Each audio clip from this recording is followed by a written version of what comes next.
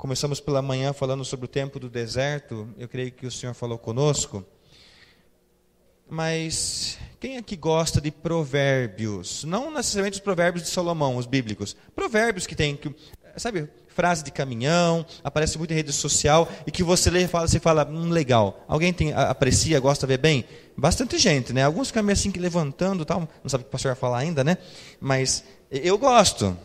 Eu, particularmente, tem provérbio árabe, tem provérbio chinês, que são os mais famosos. Tem mais, né? Tem mais? Não sei, tem. Tem muitos. Tem os provérbios de Salomão. Aliás, a gente abre aqui a Bíblia, lê e fala, nossa, quanta coisa especial, né? Quem sabe de algum provérbio? Aquela, Deus ajuda quem cedo madruga, é um provérbio? Acho que é, né? Deve ser, né? É verdadeiro? Mas quem acorda tarde, Deus não ajuda? Mas enfim, vamos... olha, mais vale um pássaro na mão do que dois voando. Não é versículo bíblico, tá, gente? É provérbio. É verdade isso? Sabia que uma vez uma criança foi premiada com... Sabe essas frases que são sorteadas de campanhas? E ela inverteu o provérbio e ganhou um prêmio em primeiro lugar. Mais vale dois pássaros voando do que um na mão. Por quê? A ideia é de liberdade, de soltar. O que vale é ele voando, não preso. E quando alguém criou o provérbio, mais vale um na mão do que dois voando, é a ideia de que é meu, né? Está preso. Então, essa adolescente que inverteu o provérbio, ela foi campeã nesse concurso. Lembro que essa frase foi bem interessante. Tem provérbios de pensadores, tem de filósofos antigos, geralmente lá os mais antigos, né? Tem frases mais atuais, também já de menos tempo, não tão antigas assim. Mas tem um provérbio que é muito conhecido pelos americanos e que o Charles Swindoll trabalha no livro dele, e eu trouxe aqui para compartilhar. Talvez alguém já tenha ouvido esse provérbio. O pássaro com a asa quebrada nunca voará tão alto. O pássaro com a asa quebrada nunca mais voará tão alto. Olha que interessante esse provérbio. O que quer dizer? Uma vez que você tenha falhado, jamais conseguirá atingir as alturas. Esse é o sentido. Como você fazia antes, não vai mais conseguir. Quando esse provérbio é dito, alguns ficam assim, é verdade, é verdade. Outros ficam assim, não sei não. O único problema com esse ditado é que ele não é verdadeiro. Tem frases, igreja, que soam como sábias. Tem frases que soam assim bonito, né? Você fica assim, isso me encheu. Até que você pegue a lanterna, não é nem o farolete, o holofote da Bíblia, e você joga naquela frase e você fala, não encaixa. A frase tem falhas. Eu não quero ser repetitivo, mas sendo, cuidado com esse negócio de você pegar a frase da rede social e compartilhar e achar que você está abafando com aquela frase. Ou qualquer outro veículo de comunicação. Por vezes o coração está amargurado, está não sei o quê, cheio de rancor, de amargura, e você pega umas frases estranhas, sem crivo bíblico, e você pega e coloca na sua... Fala, aqui está... E não tem base bíblica. Você passa vergonha. Então, eu acho que é sempre bom usar dois crivos bíblicos. O que eu estou postando vai edificar alguém? Vai ajudar? Segundo, Deus aprova? Se passar nessa peneira, você coloca. Mas se não passar, não põe. Vai ficar feio. A pergunta é, por que esse provérbio, o pássaro com a asa quebrada nunca voará tão alto? Por que ele não é verdadeiro? Porque, igreja, nós temos uma galeria na Bíblia de personagens com asas quebradas que voaram alto, muito alto depois dos acidentes. Muito alto. Não dá para a gente acompanhar tudo agora biblicamente, mas Abraão, o grande pai Abraão, em dado momento ele precisou mentir para salvar a sua própria vida. Depois ele foi conhecido como o quê? Amigo de Deus. Jacó tirou do irmão gêmeo o direito de primogenitura. E não tenta fugir da palavra, mas foi um trapaceiro. Mesmo Jacó tendo sido um trapaceiro, Deus o elevou a tal altura que o seu próprio nome não comportava mais tanta glória. Por isso que ele se chama o quê? Israel. Raabe, que é um exemplo forte como Raabe. Eu creio que nós conhecemos a história dessa mulher com uma vida promíscua. Sim, Raabe era uma prostituta. Deus escolheu ela como instrumento para fazer o quê? Para preservar a vida dos 2 vigias. Lembra deles? Dos 2 servos. Aliás, depois disso, essa mulher recebeu a honra de ter o seu nome naquilo que nós conhecemos como capítulo 11 de Hebreus, Galeria dos Heróis da Fé. Aparece, o nome dela foi incluída na linhagem e descendência de Jesus Cristo. Raabe. E os missionários? Um do Antigo Testamento, um do Novo. Jonas. Jonas, de fugitivo de Deus, passou a liderar o despertamento espiritual que abalou o mundo antigo. E lembra de João Marcos? Abandonou o apóstolo Paulo e um projeto missionário. E eu creio que Paulo, se fosse você, Paulo, e talvez tenha feito isso, olhou para João Marcos e falou o seguinte: mas que péssimo investimento. Quem que eu fui dedicar minha vida para ensinar? Mas Deus não. Marcos voltou ao serviço de Cristo de modo extraordinário e escreveu o 2º evangelho que leva o seu nome. Bem, feitas essas considerações bíblicas, igreja, o provérbio do pássaro com asa quebrada pode ser verdadeiro para as aves, mas não se aplica a gente. Não se aplica aos homens, não se aplica às mulheres, porque Deus não lida com os seus servos desse modo. Não lida. Na verdade, embora possa até soar estranho, Deus parece preferir usar pessoas com asas quebradas. Parece que Deus preferir usar pessoas com asas quebradas. Igreja, isso não tira toda a atenção do problema? Não tira. Não importa o seu passado, o futuro nas mãos de Deus é especial. Deus é especialista em usar vasos quebrados. O que Paulo, aliás, Paulo é outro de asas quebradas, né? O que ele escreveu em 2 Coríntios 4:7? Temos, porém, este tesouro em vasos de barro, para que a excelência do poder seja de Deus e não de nós. Ele relata isso. Vamos lá para Êxodo 3:1, nós lemos pela manhã esse versículo e leremos agora e vamos dar continuidade. Êxodo 3:1. Então agora jogamos, eu creio que para a lição de hoje à noite já jogamos bastante luz no que nós veremos. Êxodo 3:1. O versículo eu li pela manhã, eu vou repetir agora. Quem não esteve de manhã, por favor, acompanha. Quem esteve, vai reforçar. Moisés estava cuidando do rebanho de Jetro, seu sogro, sacerdote de Midian, e levou o rebanho para o lado oposto do deserto, chegando ao Horebe, o monte de Deus. Se você gosta de escrever, fazer umas anotações, você pode escrever: esse era o dia que Deus quebraria o silêncio de 40 anos. Esse é o dia que Deus escolheu. Igreja, nós precisamos pensar sobre isso. Não há registro de Deus ter falado com Moisés durante 4 décadas, 40 anos. Nós não temos registro. Sai do Egito, mata o egípcio, vai para o deserto de Midian. Nós não temos registro de Deus ter falado com Moisés nesse período de 40 anos. E outro ponto importante. Esse dia era como qualquer outro dia. Às vezes nós temos a ideia, eu acho que até nosso dia a dia ajuda isso, né? De que Deus vai me falar num culto especial. Aí tem igreja que dá agenda para Deus, né?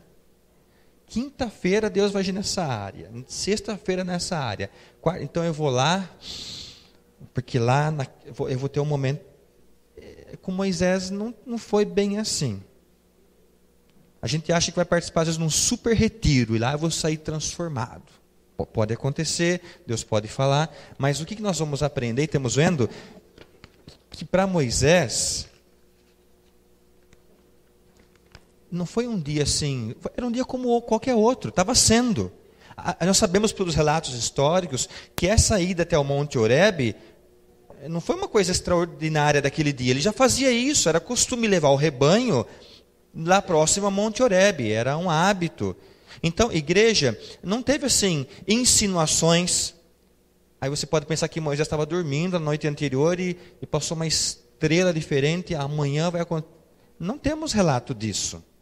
Sinais especiais para alertar Moisés de que Deus iria quebrar o silêncio naquele dia. Não temos isso relatado na Bíblia. Foi um cotidiano comum de trabalho com as ovelhas. Igreja, e que nós podemos pensar sobre isso e cremos que Deus é assim que Ele opera. Sem o menor sinal de advertência, Ele fala a pessoas comuns em dias comuns. A gente devemos pensar assim. Aliás, cada um aqui tem a sua rotina, certo? Cada um tem o seu trabalho, em casa ou em algum lugar. Seus estudos. Esse é o seu Monte Horebe. E pode ser que Deus decida falar com você como nunca falou antes. No nosso Monte Horebe mesmo. Como que vai ser a segunda vinda de Cristo? Lá em Mateus 24, dos versos 30. Vamos lá abrir um pouquinho? Deixa marcado lá em... Se bem que não é difícil achar Êxodo, né? Mateus 24. Vamos só para reforçar o modo como Deus trabalha. A segunda vinda de Cristo. É interessante, a gente não é errado, tá? Quando algumas coisas começam a ficar muito ruins, a gente fala assim, Jesus está voltando. Não é uma ideia nossa? Então aparece uma catástrofe, Jesus está voltando. Ninguém sabe falar o dia e a hora, mas está voltando, porque agora está ficando feio demais. Mateus 24, 37 a 39. Pois a vinda do Filho do Homem se dará à semelhança dos dias do Noé. Como eram aqueles dias? Porque nos dias anteriores ao dilúvio, todos o quê? Comiam, bebiam, casavam-se, davam-se em casamento, até o dia em que Noé entrou na arca. E não se deram conta. Essa frase é importante. Não se deram conta. Até que veio o dilúvio e levou a todos. Assim também será a vinda do Filho do Homem. Como vai ser a segunda vinda de Cristo? Um dia comum. As pessoas vão estar se casando. Alguns vão estar sendo sepultados. Alguns vão estar indo para o trabalho. Outros vão estar voltando. Alguns na rotina da escola. Alguns na compra do supermercado.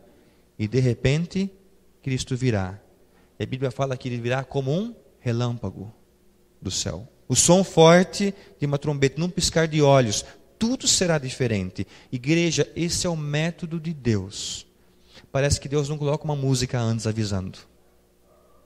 Deus não toca aquele tamborim avisando que um espetáculo vai acontecer. Não é o método dele. Deus opera de modo simples. Em determinado dia comum da vida, ele chega e faz. Ele chega e faz. Volte para Êxodo 3. Vamos ler os versos 2 e 3. Vamos avançar do que nós paramos hoje cedo. Êxodo 3, versos 2 e 3. E o anjo do Senhor apareceu-lhe em uma chama de fogo numa sarça. Moisés olhou e viu que a sarça estava em chamas, mas não se consumia. Então disse, vou me aproximar para ver essa coisa espantosa. Está assim na sua Bíblia? Minha século 21 está assim. Coisa espantosa. Oi? Grande maravilha. Essa tradução é interessante. A coisa espantosa. Grande maravilha. Hã? Que impressionante. Olha, as traduções ajudam. Impressionante. Então, está aqui no verso 3. E o final é, por que a sarça não se consome? Igreja, algo diferente aconteceu naquele dia. O pastor de 80 anos de idade, talvez chutando areia no deserto, com suas sandálias, com o pé bem sujo, cuidando das ovelhas, ele vê que, de repente, uma sarça pega fogo. Igreja, só algo para a gente ficar atento, tá? A palavra sarça no hebraico significa arbusto espinhoso. Se você gosta de marcar, você pode marcar. Arbusto espinhoso. Era uma sarça comum no deserto. Talvez uma dentre milhares que tinham ali. É uma vegetação que aguentava o calor exagerado, né? a sarça em si não era diferente das outras sarsas, a planta em si. Mas o que acontecia com ela é que era diferente, era notável. Vamos tentar gravar isso na mente e separar. A sarça em si não era, esse arbusto não era diferente talvez daquele que estava logo ali, ou outro lá, ou aquele lá na frente. Não era diferente, mas o que acontecia com aquele arbusto é que estava incomodando. Então esse ponto é importante para a gente notar e gravar.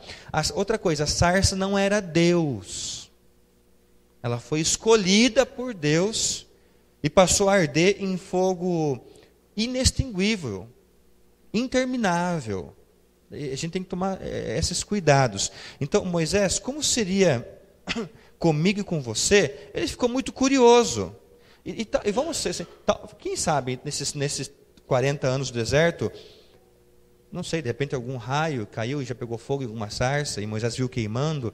Talvez algum dia Jetro falou para ele, vamos limpar, e queimou lá uns pés, e viu. Então ele possivelmente tenha visto já tenham queimado aquelas plantas, não sei, enfim, para limpar, para fazer algum serviço.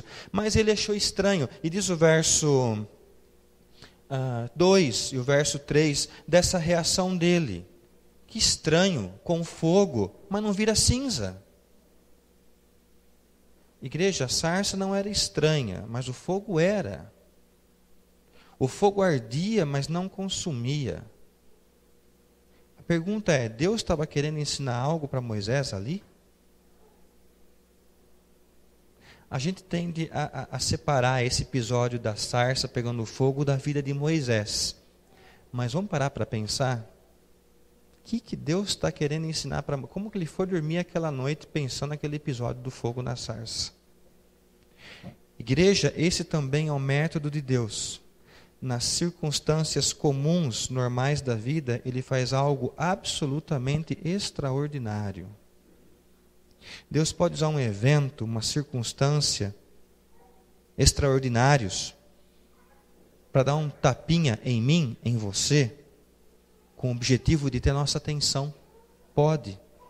Algo do tipo assim, Werner, coloca o seu nome, espere um pouco, fique calmo, eu tenho algo para te dizer.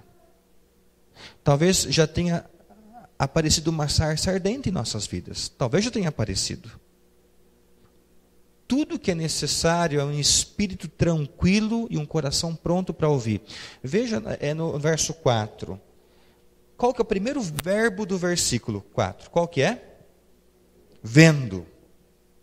Vamos ler o versículo. E vendo o Senhor que ele se aproximava para ver, chamou-o do meio da sarça, Moisés, Moisés. E ele respondeu, estou aqui, ou eis-me aqui. Esse verbo, ele precisa ser grifado, notado. É essa primeira ação. A palavra mais importante desse versículo, eu penso assim, é essa primeira, vendo. A tradução do hebraico diz, dá a entender, é ao mesmo tempo. E esse vendo está ligado diretamente ao comportamento de Moisés no verso 3, quando ele fala, vou me aproximar. O que está acontecendo? Está pegando fogo na sarça. E talvez ele pudesse ver e falar, mais um foguinho está queimando, eu vou embora daqui. Mas ele para, ele fala, se dá para fazer um filminho, pegando fogo, ele para, ele olha, mas que negócio estranho. Aí diz a palavra que ele se aproxima. E diz o verso 4, que Deus vê que ele se aproxima. Vendo o Senhor.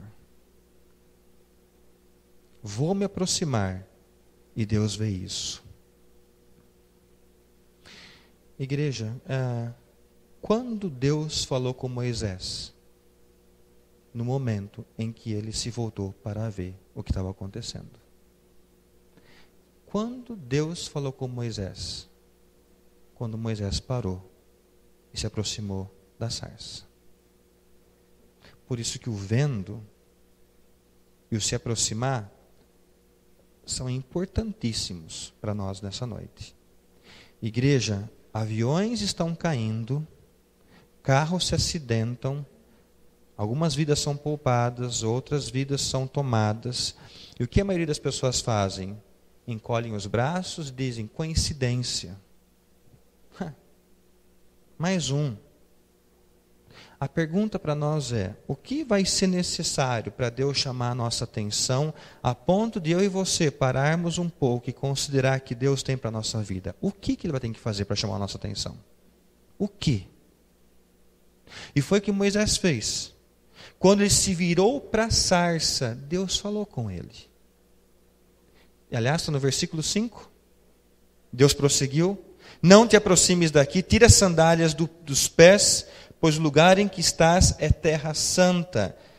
Igreja, não era a sarça que era santa. A presença de Deus naquele lugar deixava o lugar santificado. Sabemos que a palavra santa ou santo é separar.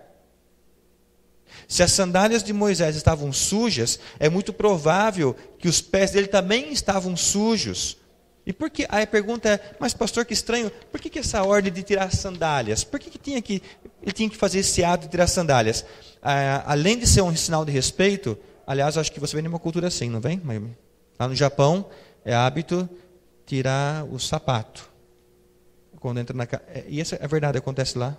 Tirar o sapato antes de entrar em casa. Além de ser na cultura oriental, um hábito de respeito, isso era um respeito na presença, principalmente na presença de Deus. Foi uma forma de Deus marcar aquele momento como único. Moisés, separe-se do passado. Moisés, tire da mente as suas responsabilidades imediatas. Moisés, eu preciso da sua atenção. E aí, o verso 6, vamos ler na sua Bíblia, acompanhe. E disse mais: eu sou o Deus de teu pai, o Deus de Abraão, o Deus de Isaque, o Deus de Jacó. E Moisés escondeu o rosto, pois teve medo de olhar para Deus. Deus, na verdade, está dizendo: Moisés, eu sou o Deus dos homens que fracassaram. Eu sou o Deus de homens comuns que realizaram coisas extraordinárias na vida. O texto diz que Moisés escondeu o rosto porque teve medo de olhar para Deus. A pergunta é: o que passou pela mente de Moisés? Naquele dia que parecia ser simples, comum, e está acontecendo tudo isso. Igreja, pensando no que ele pode ter pensado, vamos voltar para a sarça. Moisés, por 40 anos, os primeiros 40, lembra? Lá no Egito, ele era uma sarça de ótima qualidade, de ótima aparência. Moisés, os primeiros 40 anos, ele impressionava pela sua própria folhagem, vigorosa, seiva. Tinha ramos fortes, magníficos, folhas verdes, exuberante. Moisés era resistente. A primeira sarça chamava atenção. Mas quando o seu próprio arbusto, a sua própria sarça começou a queimar, aliás, por vontade própria, matando o egípcio, lembra? O que aconteceu? A sarça se acabou em pouco tempo. Talvez 24 horas, 48 horas. Queimou os sonhos, consumiu as ambições. Ao matar o egípcio, a sarça Moisés vira cinzas. Vira cinzas. Igreja, eu creio numa lição que Deus deixou para Moisés. Moisés, qualquer sarça serve, desde que eu, o Deus de toda graça, esteja nela. Qualquer sarça serve, desde que eu, o Deus de toda graça, esteja nela.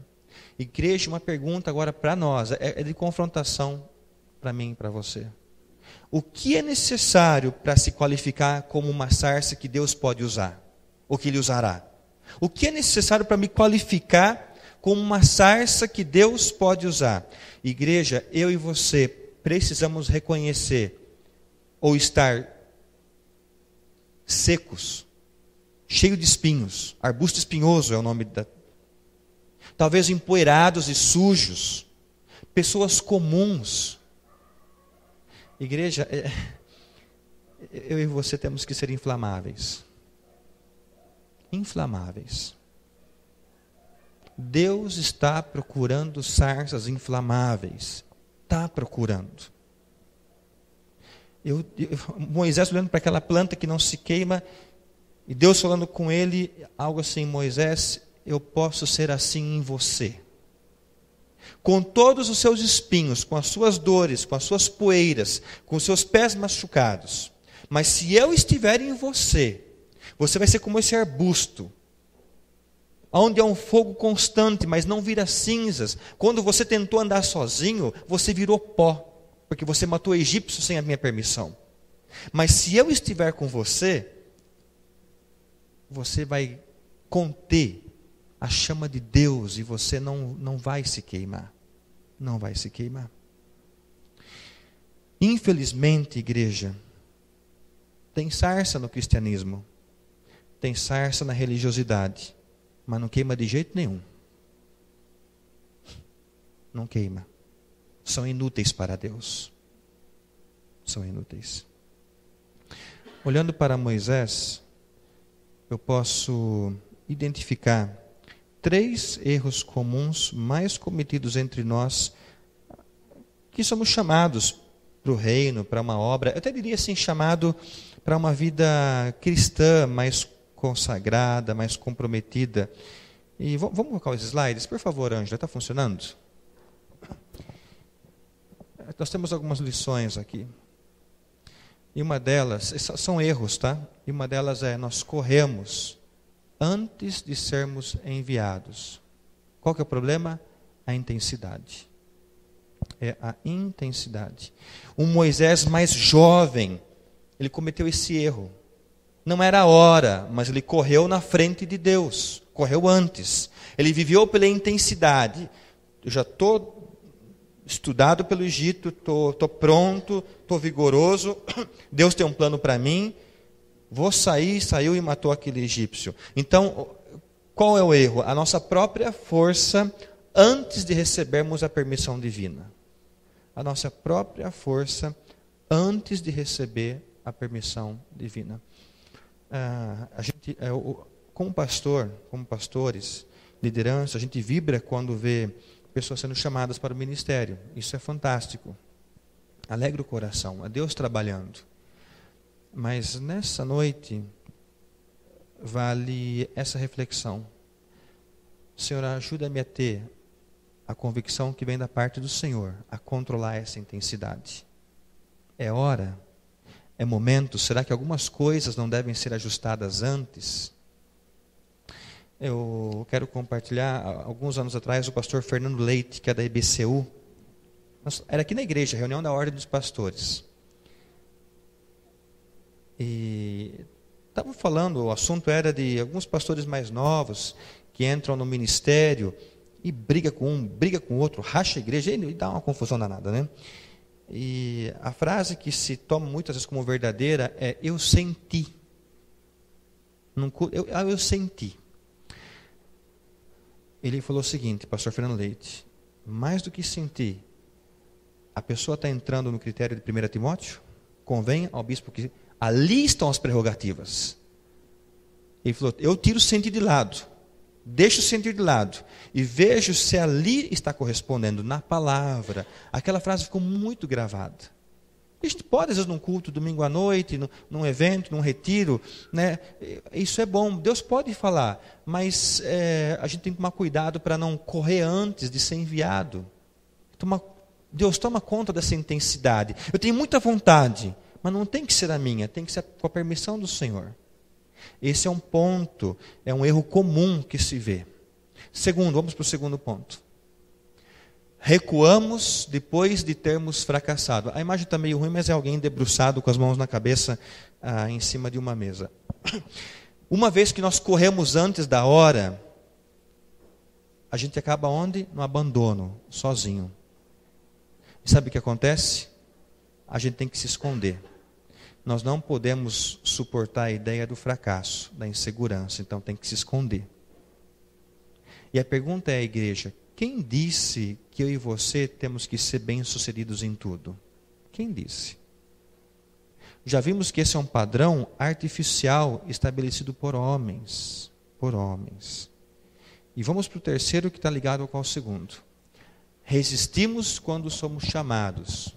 O problema da inferioridade. Revendo, a intensidade nos faz correr antes de sermos enviados. A insegurança faz a gente recuar. Então, é alguém que deu um passo e viu que não está dando... eu estou estragando, eu vou voltar. Ele recua, fica fechado, fica frustrado. E vem o terceiro. Quando Deus realmente quer usar, a pessoa fala, eu não quero mais. Fecha os ouvidos. Essa é a reação. Não estou mais ouvindo. Não deu certo. Por quê? Porque criou-se um sentimento de inferioridade.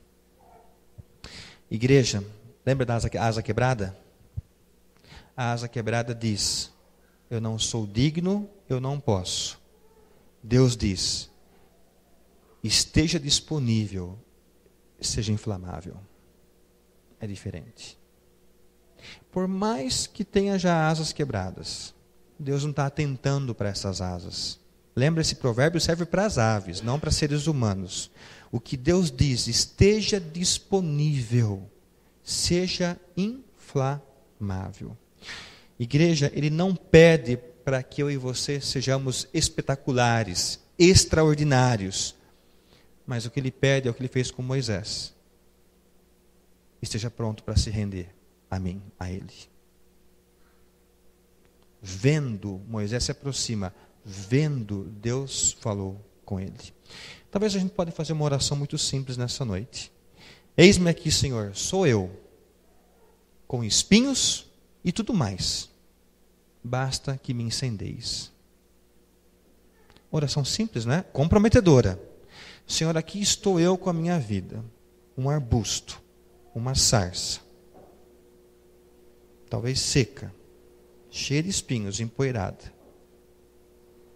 Mas se eu estou em tua presença, basta que o Senhor me incendeie.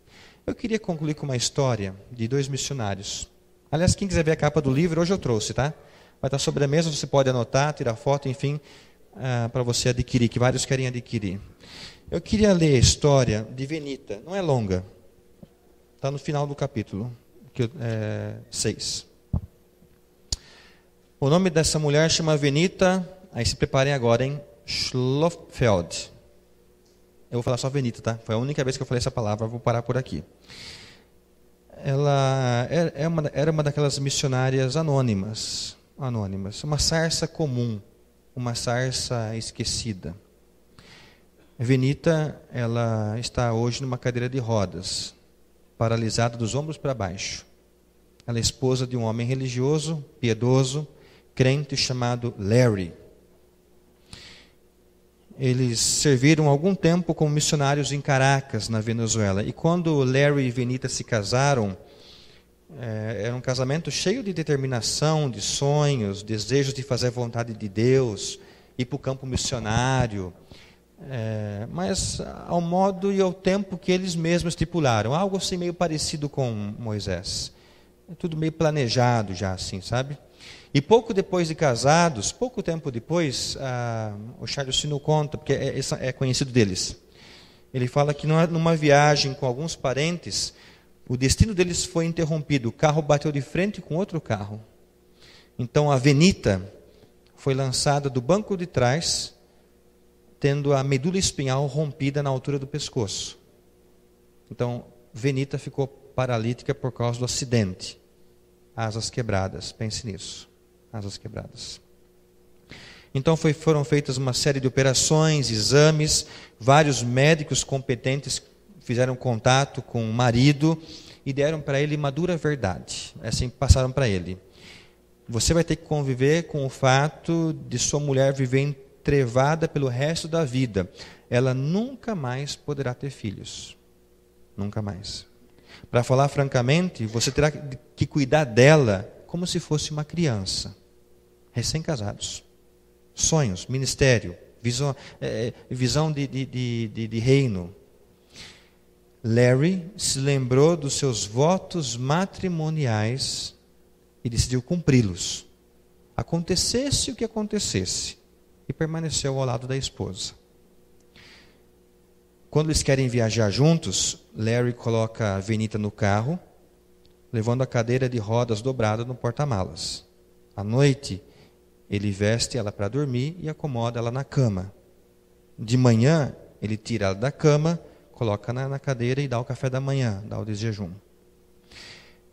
Durante vários anos, diz aqui que eles participaram de um ministério de venda de livros lá em Caracas, na Venezuela, compartilhando de uma forma muito fiel o Evangelho de Jesus Cristo, em todas as oportunidades. Ela na cadeira de rodas, ele ao lado. Larry e Venita trabalharam em meio ao sofrimento, à amargura da condição, sabe, estou limitado, mas confiaram em Deus essa luta, entregaram para Deus essa luta, e eles são até hoje muito eficazes para Jesus Cristo em termos de evangelização, até hoje, com todas as limitações. Aliás, o Charles Swindoll fala o seguinte: para mim, o casal é um dos exemplos mais atraentes e encantadores de sarsas ardentes que já encontrei. Ele relata isso aí.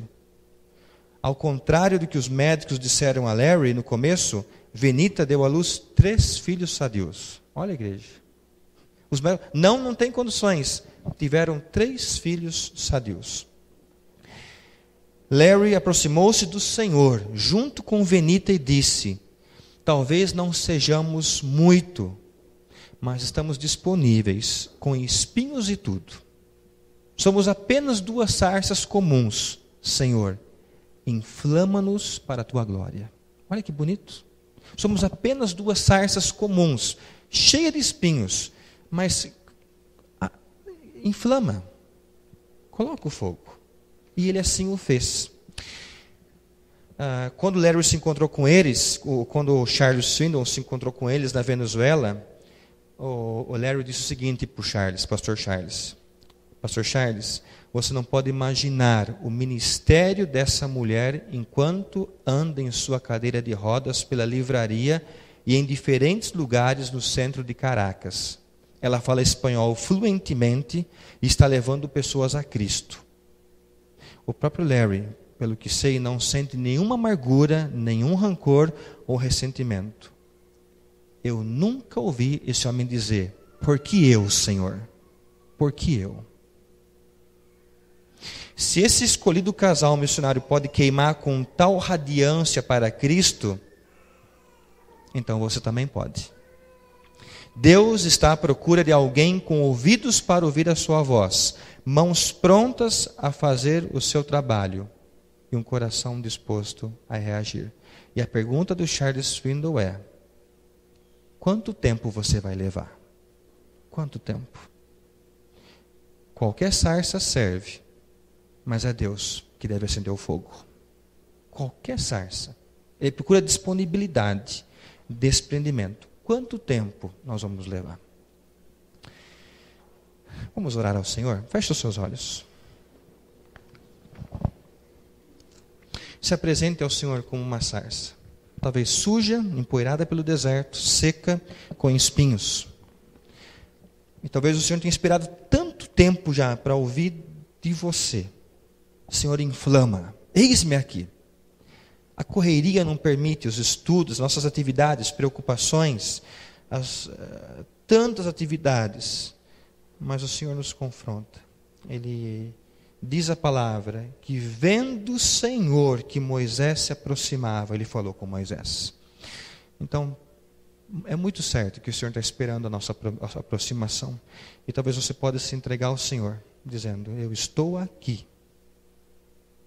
E com boa condição física, muito melhor que a Venita. Eu quero ser inflamado pelo Senhor, eu quero viver, eu quero vibrar com o Senhor. Dentro das possibilidades, com espinhos e tudo, uma sarça para a glória do teu nome. Senhor Deus, nós nos rendemos a ti. Desperta nessa igreja em cada um de nós sensibilidade para nos aproximar do Senhor. E que o Senhor, vendo essa aproximação, o Senhor fale conosco. Jovens, adultos, tantos quantos estão aqui nessa noite. Moisés, com 80 anos de idade, ouviu a tua voz de uma forma tão especial. Que o Senhor trabalhe com a nossa vida nos desertos que enfrentamos. E que possamos nos oferecer como sarça. Como sarça para a glória do teu nome. Ó Deus, sensibiliza a nossa vida. Fala com a ação do teu Santo Espírito. Precisamos, dependemos de ti. Oramos em nome de Cristo. Amém. Vamos encerrar cantando o cântico que os jovens já cantaram hoje. Aquele segundo cântico. Eu não combinei com eles para escolher o cântico. Eles estavam ensaiando e eu falei, esse cântico nós vamos fechar